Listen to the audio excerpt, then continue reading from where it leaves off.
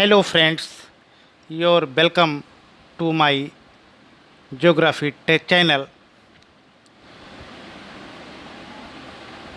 जिसमें हम लोग आज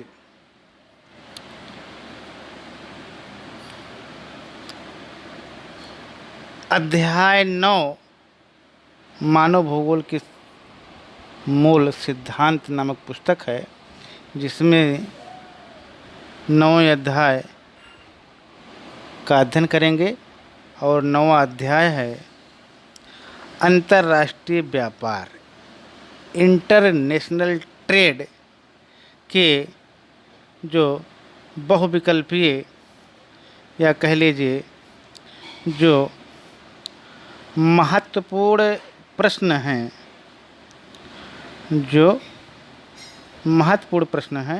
इम्पोर्टेंट प्रश्न हैं, उसी का हम लोग यहाँ पर अध्ययन करेंगे। और हम देखेंगे कि सबसे पहले जानेंगे कि व्यापार को समझेंगे। व्यापार क्या है? वस्तुओं की अदल बदल या क्रय विक्रय को हम व्यापार कहते हैं, ठीक। और राष्ट्रीय व्यापार क्या होता है? राष्ट्रीय व्यापार मतलब एक देश के अंदर जो व्यापार किया जाता है उसको कहते हैं राष्ट्रीय व्यापार, या उसको नेशनल ट्रेड कहा जाता है, ठीक। व्यापार को दो भागों में डिवाइड किया जाता है। एक है नेशनल ट्रेड, दूसरा है इंटरनेशनल ट्रेड। तो नेशनल ट्रेड माने देश के अंदर व्यापार किया जाता है, और इंटरनेशनल ट्रेड है एक देश दूसरे देश से आयात निर्यात करता है, ठीक। इस प्रकार से अब हम लोग छोटे छोटे प्रश्नों को देखेंगे कि संसार के अधिकांश महान पत्तन इस प्रकार वर्गीकृत किए गए हैं। इसमें 4 ऑप्शन दिए गए हैं, और इन चारों ऑप्शन में पहला है नौसेना पत्तन, और दूसरा है विस्तृत पत्तन, तीसरा है तैल पत्तन, चौथा है औद्योगिक पत्तन। इसमें से उत्तर है आपका खा विस्तृत पत्तन। अगला प्रश्न है, निम्नलिखित महाद्वीपों में से किस एक से विश्व व्यापार का सर्वाधिक प्रवाह होता है? इसमें भी 4 ऑप्शन हैं। पहले में एशिया, दूसरे में यूरोप, तीसरे में उत्तरी अमेरिका, चौथे में अफ्रीका। तो इसका उत्तर है खा यूरोप, ठीक। तो यूरोप सही है, ठीक। अगला प्रश्न है, दक्षिणी अमेरिकी राष्ट्रों में से कौन सा एक ओपेक का सदस्य है? इसमें भी 4 ऑप्शन मिलेंगे आपको। पहला है ब्राज़ील, दूसरा है वेनेजुएला, तीसरा है चिली, और चौथा है पेरू। तो इसमें भी खा ऑप्शन सही है, वेनेजुएला, ठीक। आगे हम लोग देखेंगे, निम्न व्यापार समूहों में से भारत किसका एक सह सदस्य है? तो इसमें पहला ऑप्शन साफ्टा है, दूसरा आसियान है, तीसरा OECD है, चौथा ओपेक है। इसमें का ऑप्शन सही है साफ्टा, ठीक। आगे हम लोग अति लघु में देखेंगे कि विश्व व्यापार संगठन के आधारभूत कार्य कौन से हैं? तो इसके कार्य निम्नवत हैं। पहला है अंतर्राष्ट्रीय व्यापार के विवादों का निराकरण करना, और दूसरा है सदस्य राष्ट्रों को अंतर्राष्ट्रीय व्यापार के नियमों को पालन करने के लिए बाध्य करना, ठीक। और तीसरा है दूरसंचार, बैंकिंग और बौद्धिक संपदा के अधिकार को व्यापार के साथ जोड़ना। और अगला है, अब हम लोग दूसरा देखेंगे प्रश्न है, ऋणात्मक भुगतान संतुलन का होना किसी देश के लिए क्यों हानिकारक होता है? ठीक, इसको देखेंगे कि ऋणात्मक भुगतान संतुलन से आशय है उस देश में निर्यात की गई अपेक्षा आयात अधिक है जो उसके उद्योगों के विकास में बाधक होने के कारण हानिकारक है। ठीक, और तीसरा देखेंगे, तीसरा प्रश्न है, व्यापारिक समूहों के निर्माण द्वारा राष्ट्रों को क्या लाभ प्राप्त होते हैं?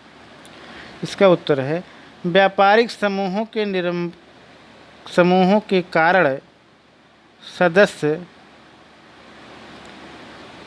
राष्ट्रों के व्यापारिक संबंध सुदृढ़ हुए हैं और विकासशील देशों ने परस्पर व्यापार के प्रतिबंध हटाकर व्यापार को बढ़ाया है। ठीक, आगे हम देखेंगे,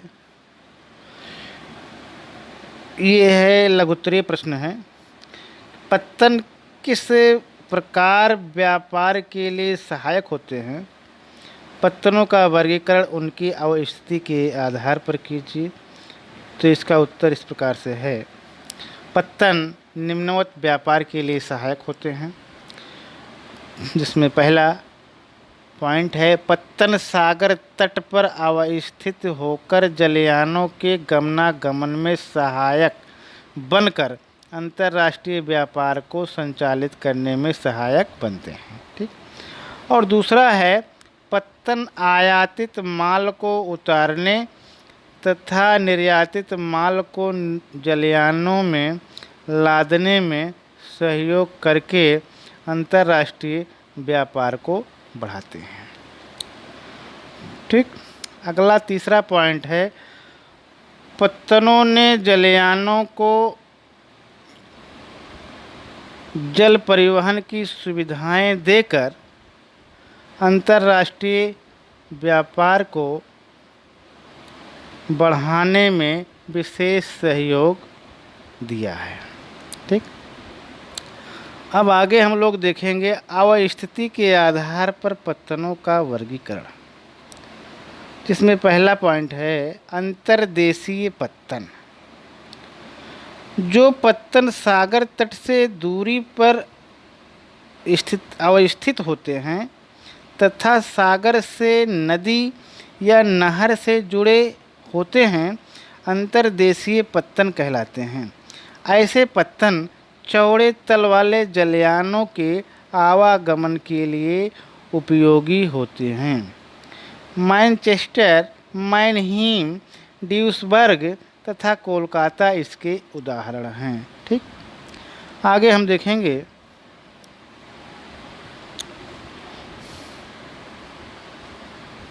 बाह्य पत्तन।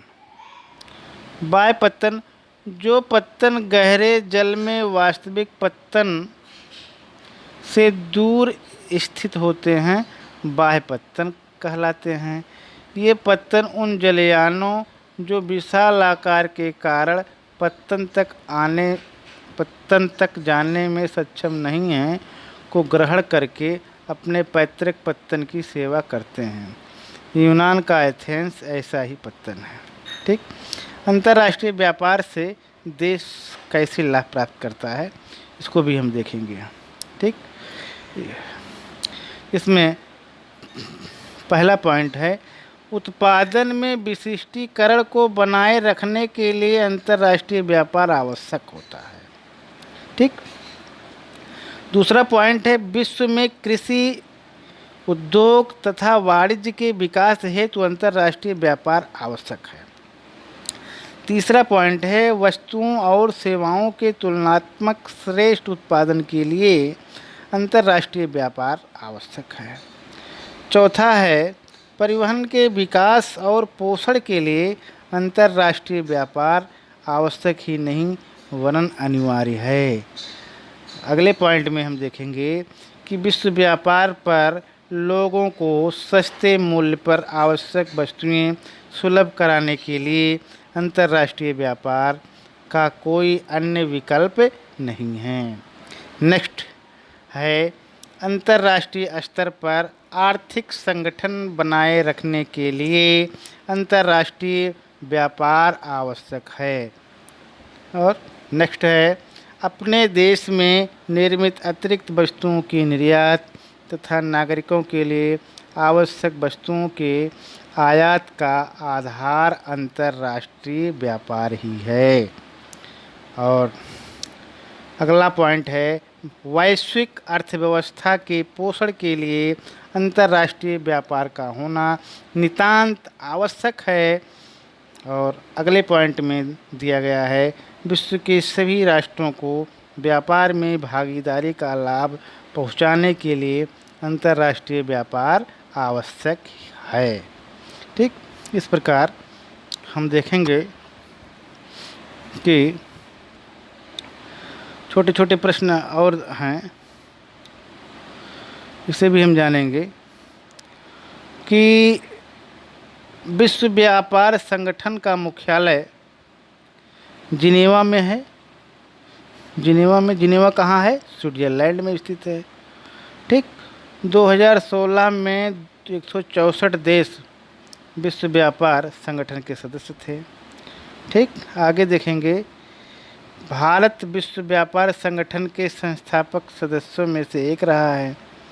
अब आगे पहला प्रश्न है, इसको देख लीजिए, विश्व व्यापार संगठन का मुख्यालय कहाँ है? तो ये तिलक का ही प्रश्न है। विश्व व्यापार संगठन का मुख्यालय स्विट्ज़रलैंड कंट्री के जिनेवा नगर में स्थित है। ठीक, अगला प्रश्न है, 2016 में विश्व व्यापार संगठन के कितने सदस्य देश थे? तो उत्तर है 2016 में विश्व व्यापार संगठन के 164 सदस्य देश थे। ठीक, तीसरा पॉइंट है, विश्व व्यापार संगठन में भारत की क्या स्थिति है? उत्तर में देखेंगे हम कि भारत विश्व संगठन का संस्थापक सदस्य है। ठीक, अब इसके कुछ महत्वपूर्ण प्रश्न हैं, इसे भी देख लेते हैं और बहुविकल्पीय प्रश्न हैं, परीक्षा के दृष्टि से काफ़ी महत्वपूर्ण भी होते हैं। पहला प्रश्न है, अंतर्राष्ट्रीय व्यापार निम्न में से कौन सा क्रियाकलाप है? तो इसका उत्तर ग है, अंतर्राष्ट्रीय व्यापार तृतीय क्रियाकलाप है। ठीक, और अगला प्रश्न है, आदिम समाज में व्यापार का स्वरूप निम्न में से कौन सा था? तो इसका 4 ऑप्शन दिए गए हैं, विनिमय, क्रय विक्रय, उधार विक्रय, नगद खरीद। तो इसका ऑप्शन है का विनिमय। मतलब आदिम समाज में व्यापार का स्वरूप विनिमय था। ठीक, और आगे हम देखेंगे धात्विक मुद्रा, आगे है धात्विक मुद्रा के आगमन से पहले विनिमय का माध्यम निम्न में से कौन सा नहीं था?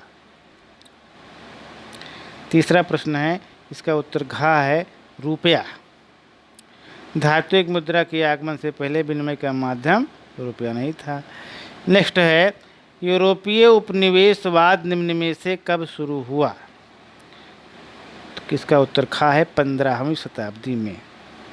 आगे हम देखेंगे, नेक्स्ट क्वेश्चन है, विश्व व्यापार संगठन की स्थापना निम्न में से किस वर्ष हुई? इसका उत्तर ग है, 1995। ठीक, विश्व व्यापार संगठन की स्थापना 1995 ईस्वी में हुई। अगला प्रश्न है, किसी देश में निर्यात का मूल्य आयात से अधिक है तब व्यापार संतुलन होगा? तो इसका उत्तर है छठे का घ, अनुकूल है। ठीक, अनुकूल कब रहेगा? ध्यान दीजिएगा, अनुकूल तब रहेगा जब किसी देश में निर्यात का मूल्य आयात से अधिक जब हम निर्यात करेंगे तब व्यापार संतुलन अनुकूल होगा। ठीक। अगला प्रश्न है 7वां है, निम्न में से कौन सा अंतर्देशीय पत्तन है? 7वां प्रश्न है, इसका उत्तर खा है, मानचेस्टर। तो मानचेस्टर अंतर्देशीय पत्तन है, बाकी अंतर्देशीय पत्तन नहीं। ठीक है, 7वें का उत्तर दिया गया इसमें खा, और 7वें खा है मानचेस्टर। ठीक, आगे देखेंगे हम लोग। भारत का निम्न में से कौन सा पत्तन नौसेना पत्तन है? भारत का निम्न में से कौन पत्तन नौसेना पत्तन है? तो 8वां है, 8वें के गा है, कोची। कोची। भारत का निम्न में से कौन पत्तन नौसेना पत्तन है? तो कोचीन है, कोची कहा जाता है उसको। ठीक। अगला प्रश्न है, या कह लीजिए अंतिम प्रश्न है, दो देशों के मध्य व्यापार क्या कहलाता है? 4 ऑप्शन दिए गए हैं, अंतर्राष्ट्रीय व्यापार, अंतर्देशीय व्यापार, स्थानीय व्यापार, और घ ऑप्शन है बाह्य व्यापार। तो इस प्रकार से 9वें प्रश्न का उत्तर है का, अंतर्राष्ट्रीय व्यापार। ठीक। तो इस प्रकार से हम समझ सकते हैं दो देशों के मध्य व्यापार को अंतर्राष्ट्रीय व्यापार कहा जाता है। ठीक। इस प्रकार से हम लोगों ने आज अध्याय 9 अंतर्राष्ट्रीय व्यापार के महत्वपूर्ण प्रश्नों को हम लोगों ने जाना। आज यहीं तक, धन्यवाद।